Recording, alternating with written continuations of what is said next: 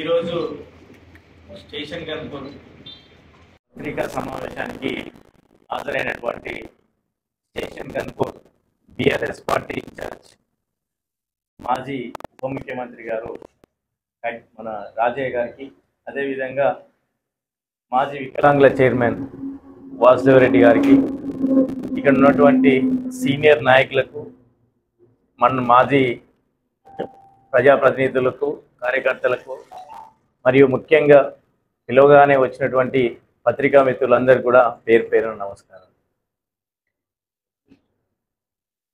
గడిచిన 14 నెలల్లో రేవంత్ రెడ్డి కాంగ్రెస్ సర్కార్ వచ్చి తర్వాత ప్రజలందరూ కూడా ఏదో రకంగా ప్రతి వర్గానికి అనుకోండి, ప్రతి మతానికి అనుకోండి, ప్రతి ఒక్క గ్రామాలు అనుకోండి, మండలాలు అనుకోండి, కాన్స్టిట్యూన్సీలు అనుకోండి, ఎక్కడ చూసినా ఈ కాంగ్రెస్ పాలనలో నరక యాతనే తప్ప ఒక్క మంచి కార్యక్రమం చేసినట్టు ఎక్కడ కూడా మనం చూస్తూనే ఉన్నాం. ఏడ చూసినా నాకు తెలిసి రాజన్న ఎక్స్పీరియన్స్లో, నాకు తెలిసిన ఎక్స్పీరియన్స్లో ఎక్కడ కూడా ఈ కాంగ్రెస్ రేవంత్ రెడ్డి సర్కార్ను తిట్టినన్ని తిట్లు నాకు తెలిసి ఏ ప్రభుత్వాన్ని కూడా తిట్టినట్టు సందర్భాలు లేవు.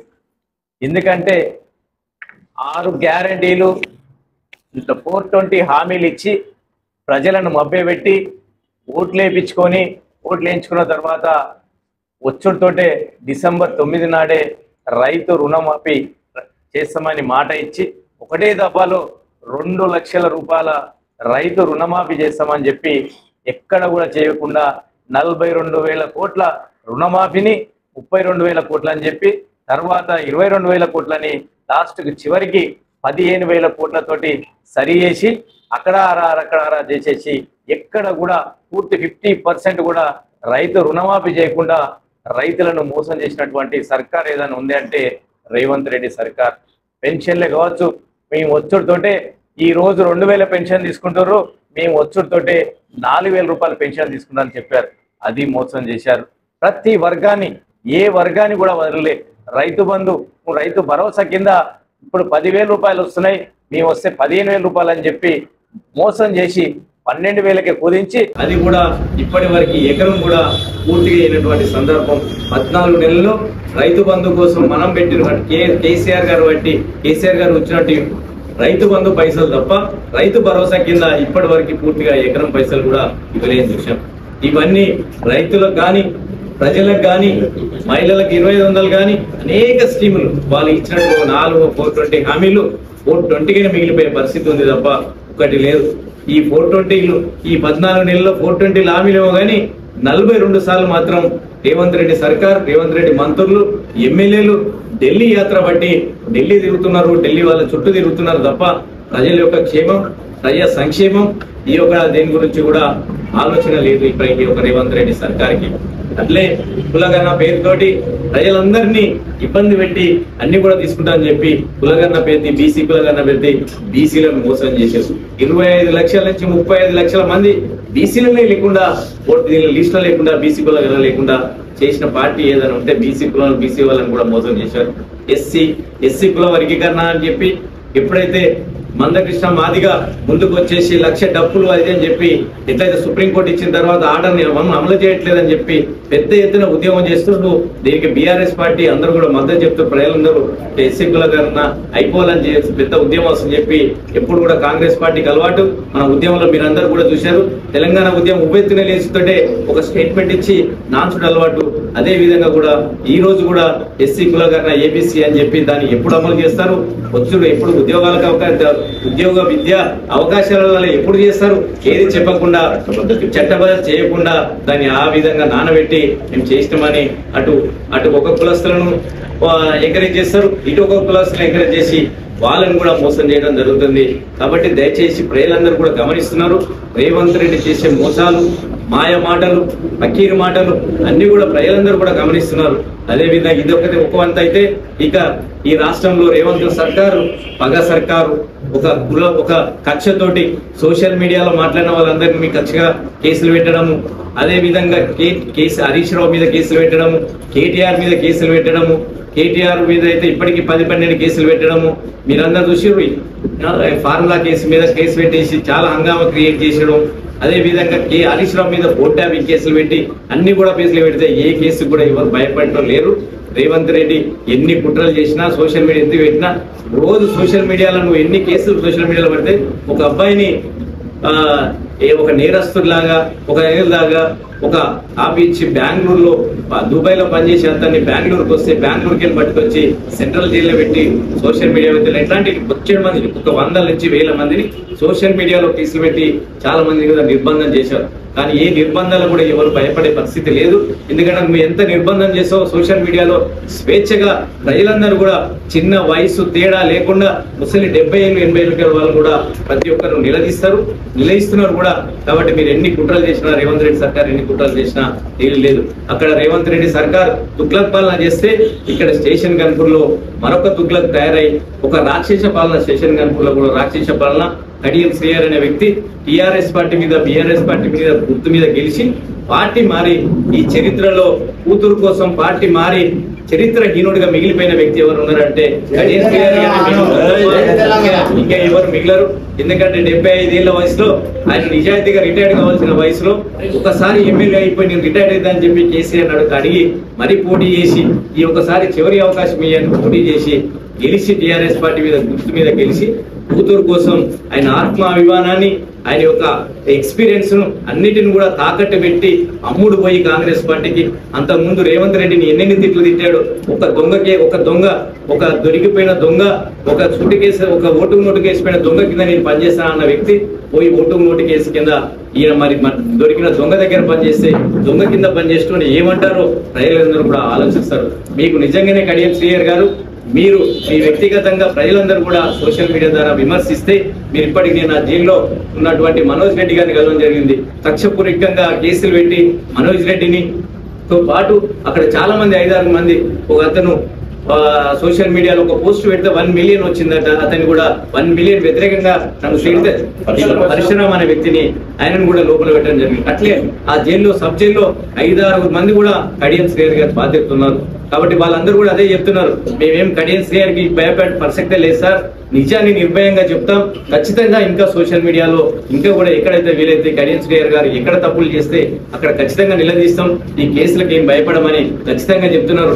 మనోజ్ రెడ్డి కూడా ధైర్యంగా చెప్తున్నాడు, నేను ఒక KMR ఛానల్ ద్వారా ఆయన విమర్శించడం వల్ల నా మీద పగబట్టి నా మీద 3 కేసులు పెట్టి లోపల పెట్టిండు అన్నాడు.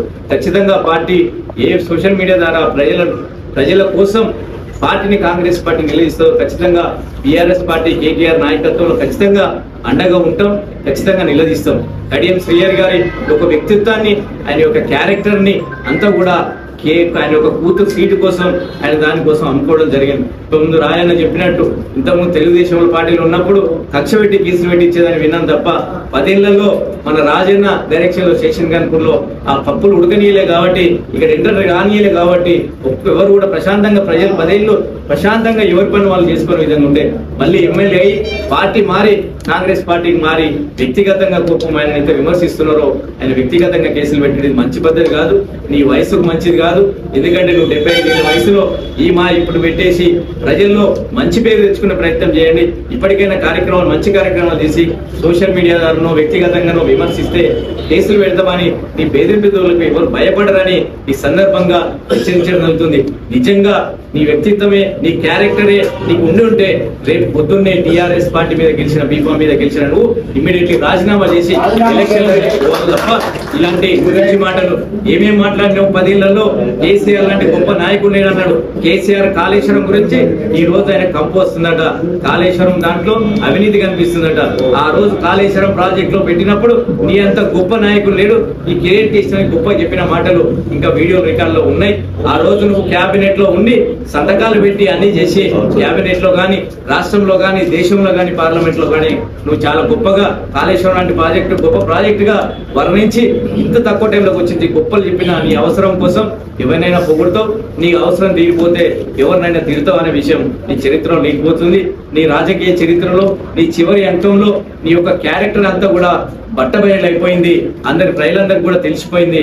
కేటీఆర్ ని ఏమని పొగిడావు, ఈ రోజు కేటీఆర్ హరీష్ రావును కేసీఆర్ పట్టుకొని అవినీతి పరులని మాట్లాడుతున్నావు. కనీసం నీ ఒక్కసారి ఆత్మ మీద చేసుకొని ఆలోచించు. నువ్వు ఎన్నిసార్లు చెప్పావు కేటీఆర్ గురించి? కేటీఆర్ లాంటి నాయకుడు నాకు చిన్న వయసుడైనా సరే ఆయన నాయకత్వంలో పనిచేయడానికి నాకు ఆనందంగా ఉంది. ఇట్లాంటి విజన్ ఉన్న నాయకుడు, ఇట్లాంటి గొప్ప నాయకుడు, అన్ని భాషల మీద అవగాహన ఉన్న నాయకుడు, అన్ని ప్రజల గురించి అందరికుంటే చిన్న పెద్ద అన్న తీయకుండా నాలాంటి వయసులను కూడా పెద్దగా గౌరవించి ఇట్లాంటి నాయకుడు నేను చూడలే.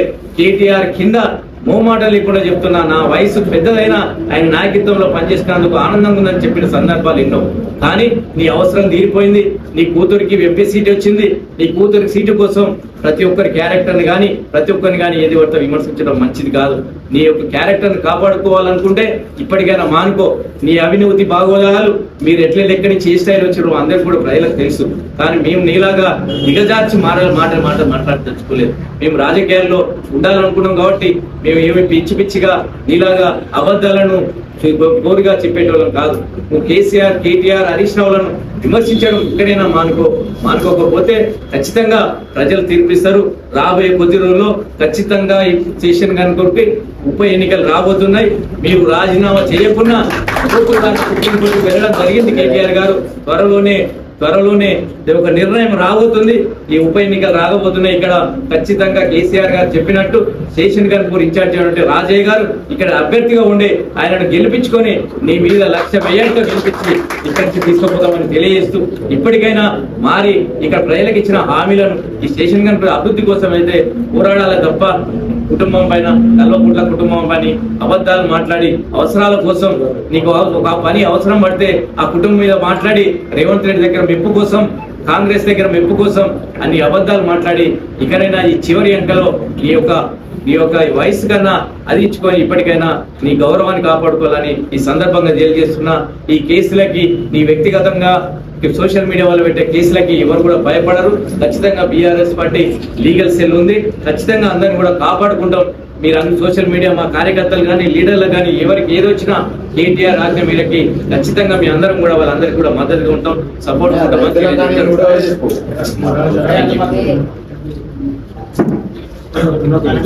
ఇవాళ జరిగినటువంటి ఢిల్లీ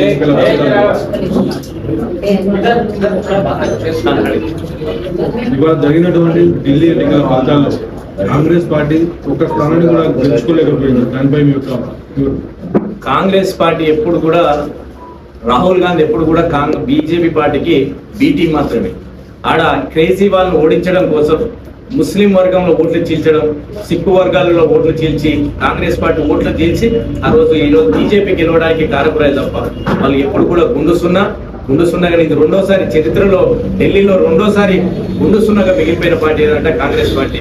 వీళ్ళు చెప్పిన రేవంత్ రెడ్డి గారు పోయి ప్రచారం చేసినా ఇంకోళ్ళు వచ్చి ప్రచారం చేసినా రాహుల్ గాంధీ ప్రచారం చేసినా కాంగ్రెస్ పార్టీ రేవంత్ రెడ్డి పాలన తెలంగాణలో ఫెయిల్యూర్ అయింది, కర్ణాటకలో ఫెయిల్యూర్ అయింది. ఈ స్కీములు చెప్పేసి ఏది కూడా అమలు చేయలేదు. కాబట్టి ప్రజలందరూ కూడా ఢిల్లీ ప్రజలు కూడా గమనించారు, మహారాష్ట్రలో గమనించారు. వీళ్ళకి బుద్ధి చేయాలని, కాంగ్రెస్ కు బుద్ధి రావాలని జీరోకే పరిమితం చేశారు.